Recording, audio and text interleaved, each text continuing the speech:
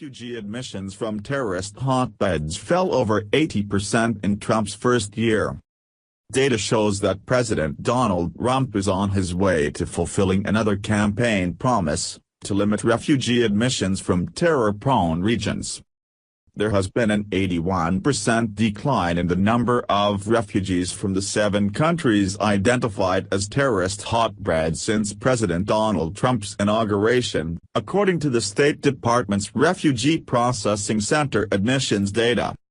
The number of refugees arriving from Syria, Iraq, Somalia, Iran, Sudan, Yemen, and Libya dropped from 45,114 in 2016 to 6,475 in 2017, Breitbart reported. 123 refugees arrived per day in the United States from those 7 countries under the Obama administration in 2016. In contrast, during the first 8 months of the Trump administration, that number fell to 32 refugees arriving per day.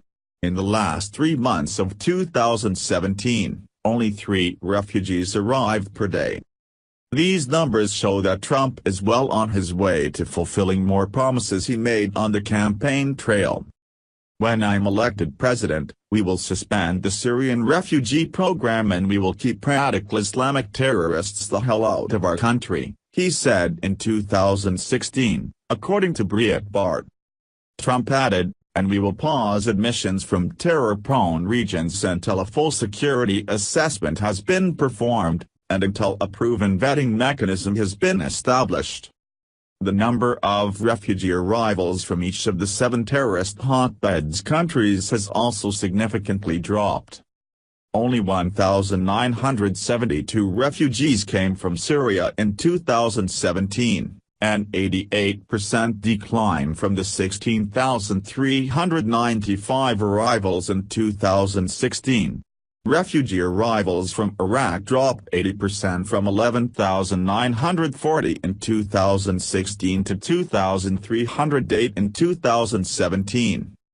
There was a 77% decline in refugee arrivals from Somalia, with 10,811 arriving during former President Barack Obama's final year in office and only 2,454 arriving during Trump's first year in office. Only 601 refugees came from Sudan in 2017, a 61% drop from the 1,524 that arrived in 2016. The number of refugee arrivals from Libya and Yemen in 2017 was low, with 9 coming from Libya and only 16 from Yemen. Refugee admissions overall have declined by 70% since Trump took office. From January 21, 2017 to January 20, 2018, only 29,620 refugees have been admitted into the U.S. The previous year, a total of 98,898 refugees were admitted under Obama. The rapid decline of refugee admissions shows the broad effect of the Trump administration's immigration policies. If the current admission rate continues, the number of refugees granted asylum in the U.S. will not come close to the 2018 refugee ceiling of 45,000 Trump set last year, Fox News reported. "Our job is to balance the need to protect legitimate refugees with the need to protect our security," Jennifer Higgins from the U.S. Citizenship and Immigration Services Agency told The Wall Street Journal. The president of Refugees International, Eric Schwartz, told the Journal that the drop in refugee admissions is enormously discouraging and dispiriting, and it is another reflection of this administration's march away from the principle of humanity. Higgins dismissed allegations that the U.S. is turning back on refugees, citing that numbers usually fluctuate due to new initiatives in rescreening refugee applicants. "The premise that we are turning our backs on them is patently wrong. What do you think? Scroll down to comment below."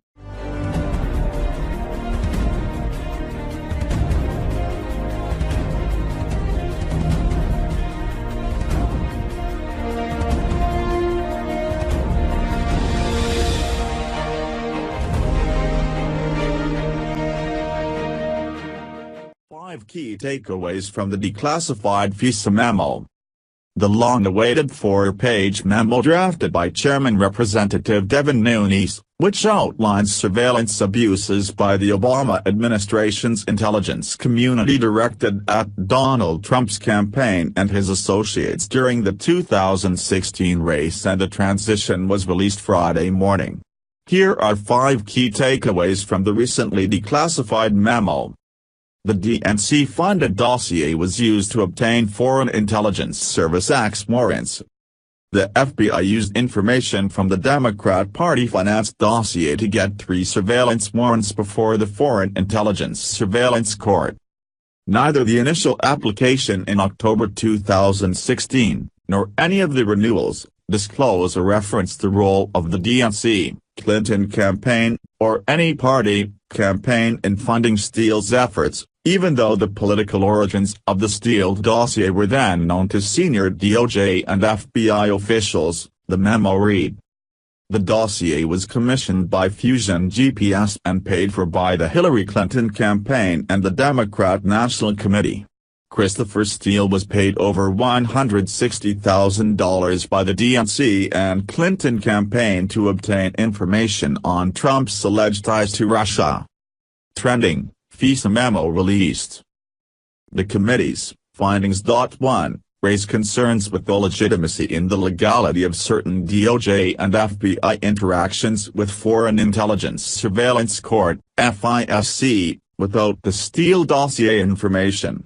FISC, and 2, represents a troubling breakdown of legal processes established to protect the American people from the abuses related to the FISA process, wrote Intelligence Committee Chairman Representative Devin Nunes, who drafted the memo.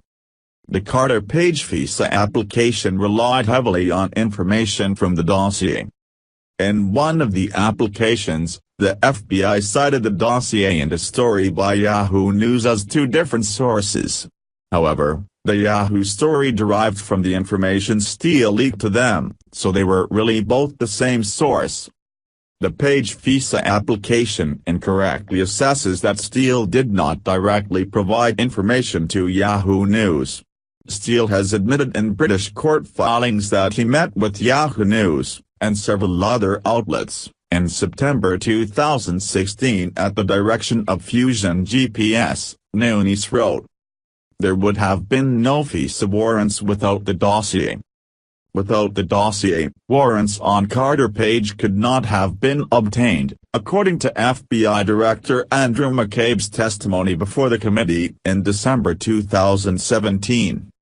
According to the head of the FBI's Counterintelligence Division, Assistant Director Bill Priestap, corroboration of the Steele dossier was in its infancy at the time of the initial Page FISA application, according to the memo.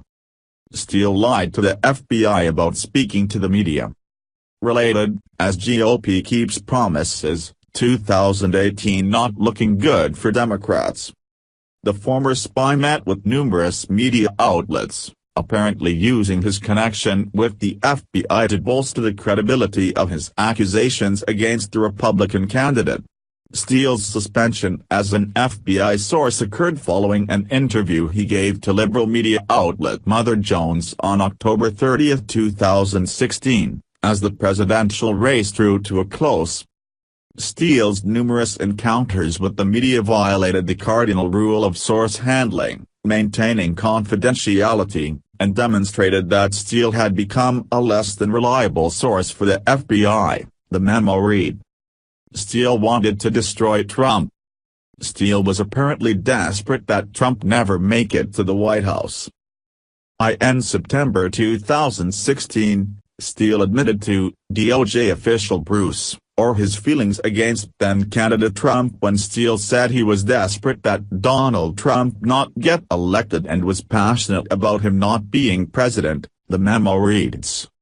This clear evidence of Steele's bias was recorded by Ohr at the time and subsequently in official FBI files, but not reflected in any of the Page FISA applications, it added, referring to Trump campaign advisor Carter-Page.